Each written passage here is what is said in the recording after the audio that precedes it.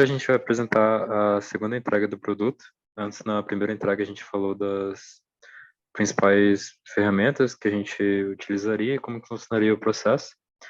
Agora, na segunda entrega do produto, a gente vai fazer um apanhado mais geral sobre as ferramentas e mostrar como que elas funcionam através de um relatório específico que a gente criou. Para isso, vai apresentar eu, Caio, o Douglas, o Jason e o Gustavo. Pode passar. Então, como eu disse, esse trabalho ele vai apresentar de uma forma bem objetiva e precisa as principais ferramentas de software que tem que utilizar para geração de relatórios e que a gente planeja utilizar no nosso projeto. Ademais, também no final, depois de apresentar as ferramentas, a gente vai mostrar como que funciona o ciclo completo, partindo desde o recebimento e a limpeza dos dados até a produção dos relatórios finais. Com isso, a gente busca ilustrar o processo adotado pela nossa empresa para garantir a precisão e confiabilidade dos relatórios gerados. Pode passar. Então, começando por um dos tipos de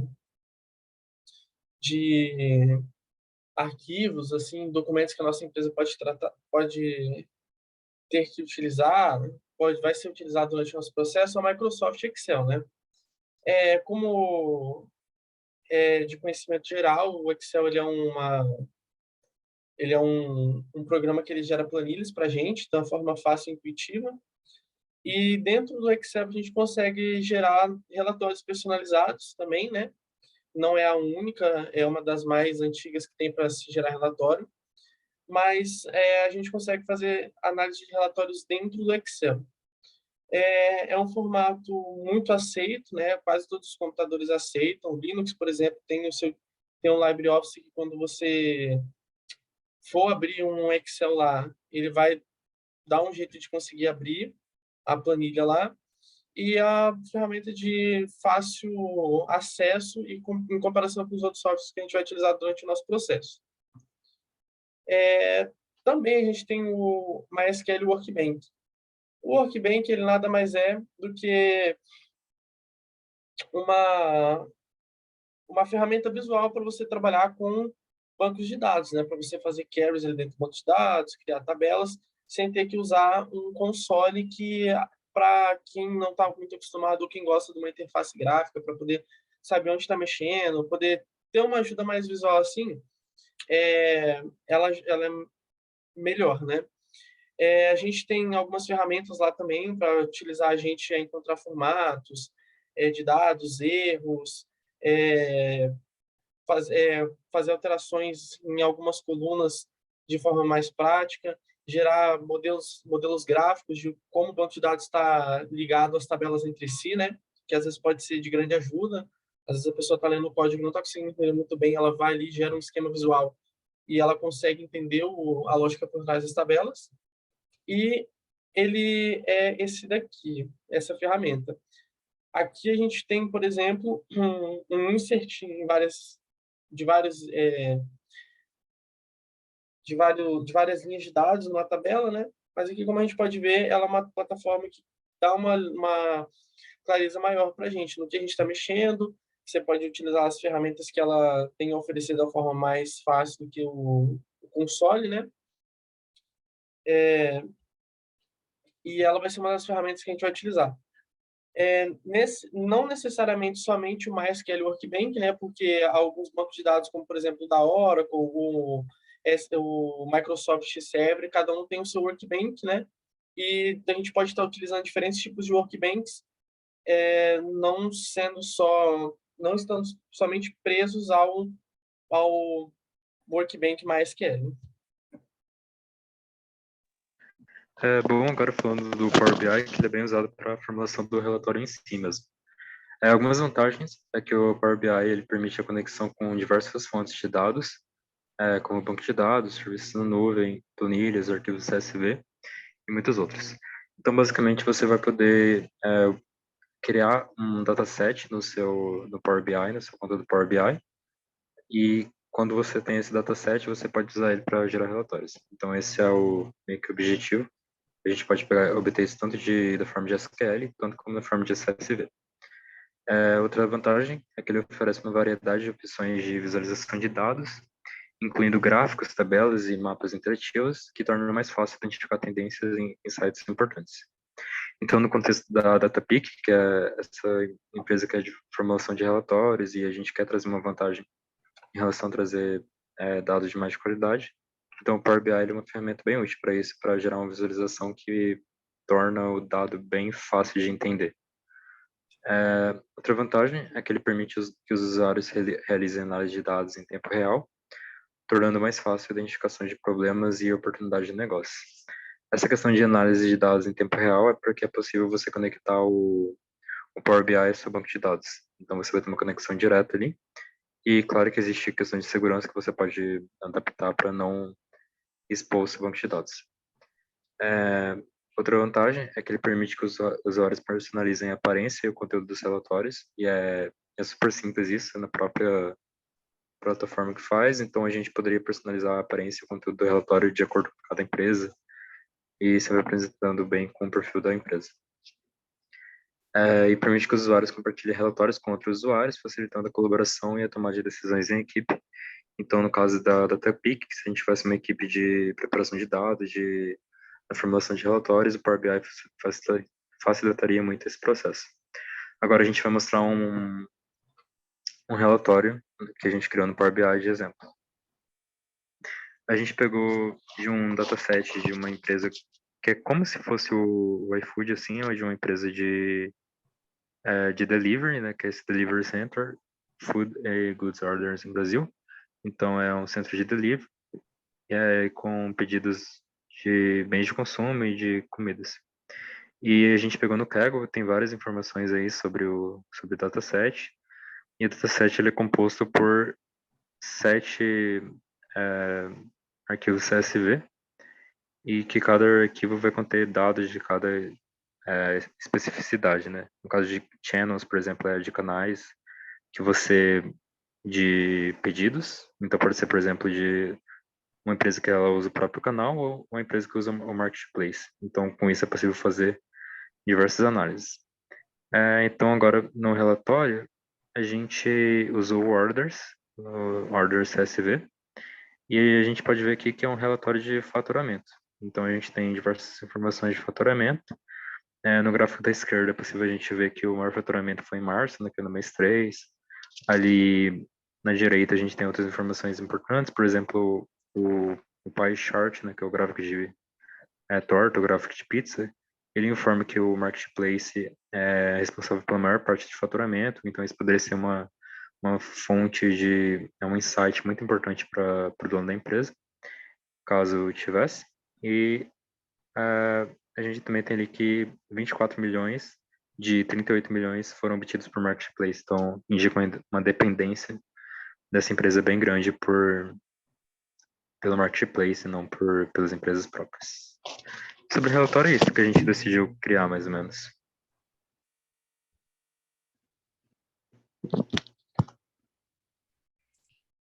Bem, eu irei falar um pouquinho sobre os passos da produção. No ao todo temos 7 passos, mas um deles pode ser refeito conforme o processo. Bem, temos o primeiro passo, que ele é basicamente contato com o cliente, onde é estabelecido o contato, vai visualizar das métricas que o cliente, o que ele busca para si. Nisso, temos também a definição do escopo que o projeto ele irá abranger.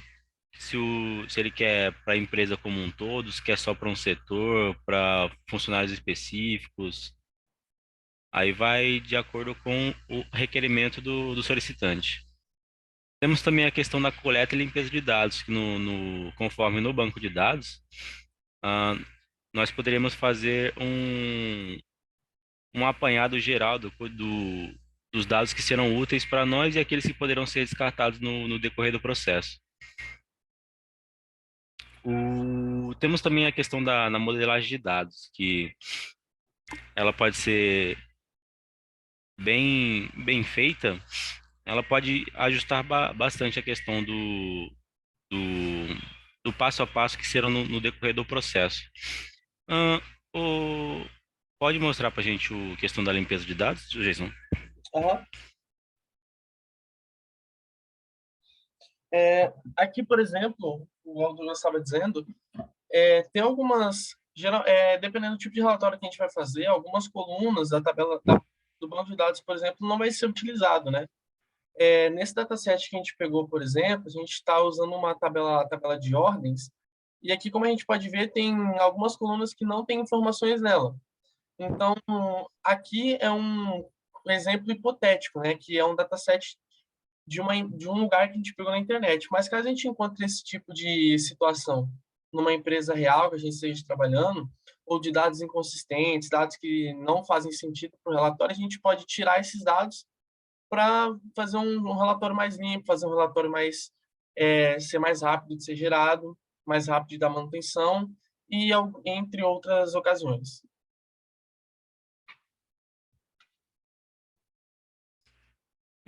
Com respondência à modelagem de dados, a modelagem de dados ele é utilizado em diversas áreas e abrange bastante, que vai ser aquilo que tem um cabeçalho principal e temos o decorrer do cabeçalho. Referente ao desenvolvimento do relatório, temos uma questão muito específica, por quê? Ao desenvolver do relatório, ele vai trabalhar um pouquinho com a questão do número 6, porque na questão da revisão e validação, caso a validação não seja aquém daquilo que o solicitante ah, quis para ele como um aval positivo, poderíamos voltar para a questão do desenvolvimento e ajustar conforme os parâmetros necessários do nosso cliente. Então, é para isso que serve muito a questão da revisão e da validação, que temos que ter o aval positivo do cliente para que aquilo possa ser enviado para o processo para frente, que seria a entrega definitiva do relatório conforme o cliente solicitou. E assim a gente quer garantir um decorrer claro, sucinto e com muita comunicação com o nosso alvo principal, as empresas que estarão dispostas a entregar seus dados e querem uma abrangência boa para que possam ter um crescimento futuro. E aqueles dados palpáveis para que possam realizar esse crescimento.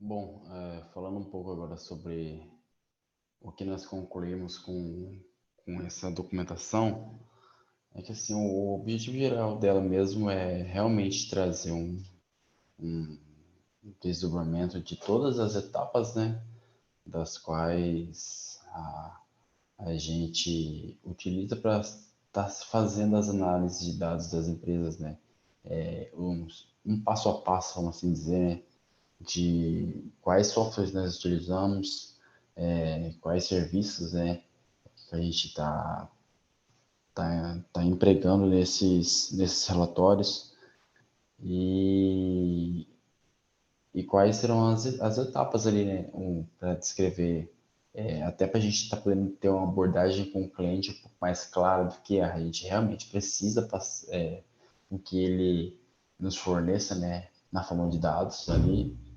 e e o que a gente vai entregar, né? Qual que é a prospecção sobre aquilo que ele talvez espera receber para que, como o amigo falou, ressaltou anteriormente, para que a empresa dele realmente tenha essa prospecção e consiga evoluir dentro do seu mercado e fora também, dependendo do ramo para o qual a empresa está ali inserida. Então, assim, o objetivo dessa documentação vem trazendo isso para que seja para que a gente tenha, né, uma abordagem um pouco mais prática e consiga fornecer análise de dados assim bem mais intuitivas para os nossos clientes, para que eles possam também entender, né, de onde estão sendo gerados esses dados, né, que assim, não são números aleatórios que só surgiram ali, né, bonitinho dentro de um gráfico intuitivo, né, para essa análise. Então, assim, o real sentido dessa segunda entrega de produto seria isso, né? É fazer com que também, né, nosso cliente possa entender da onde está surgindo todos esses dashboards, né, com todas essas informações, para que ele possa ali, né, nas suas análises ali com os seus setores responsáveis, a parte comercial, gestão, etc., os setores nos quais irão fazer a tomada de decisão posteriormente à nossa análise, entrega ali para o cliente, para que possa ter uma melhor resposta ali entre as áreas e possivelmente um crescimento futuro. Então, assim, a DataPeak, né, ela utiliza ferramentas muito conhecidas, né, softwares, né, para geração de relatórios e possui um ciclo, né, completo de produção de relatórios, né, que foi já descrito aí no decorrer dessa apresentação, né, que abrange, assim, desde o recebimento realmente do material que nos é enviado, né? Das empresas que dispõem em compartilhar seus dados com a gente por meio da prestação de serviço. Então, a partir desse momento, a gente faz que no caso seria, nós consideramos uma das melhores etapas, né, que é a modelagem de dados, né, e a limpeza de dados, até para a geração dos relatórios finais. E posteriormente isso a gente faz um processo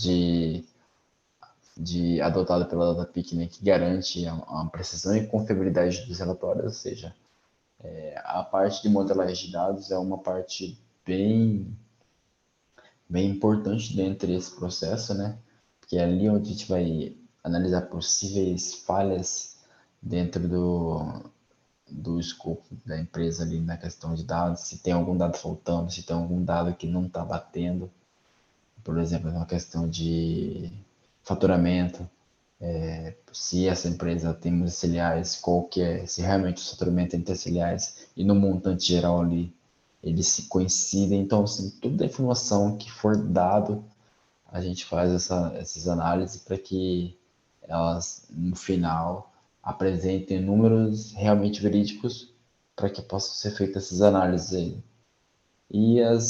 E a apresentação das informações, né, de forma objetiva e precisa, para que, assim, não seja somente uma sopa de números ali para o cliente, para cada etapa do dashboard ele possa identificar de onde esses dados estão vindo, para onde esses dados poderão levá-lo. Então, esse é o objetivo nosso, né, como empresa, é que possamos fazer algo complexo, mas apresentá-lo de uma maneira fácil para o cliente, fácil entendimento. E a nossa qualidade nos resultados, né, entregues ao cliente, que é sempre garantido por nós, né, temos uma política de garantia, né, que o cliente deve sair satisfeito com a nossa análise, né. E com relação a isso, a gente tem alguns procedimentos internos, no quais a gente garante isso para o cliente, né. É isso, essa seria a nossa apresentação sobre uma segunda abordagem sobre isso. E sobre essa segunda entrega, no caso, esse desmembramento sobre o passo a passo, né, sobre como nós desenvolvemos nossas análises de dados.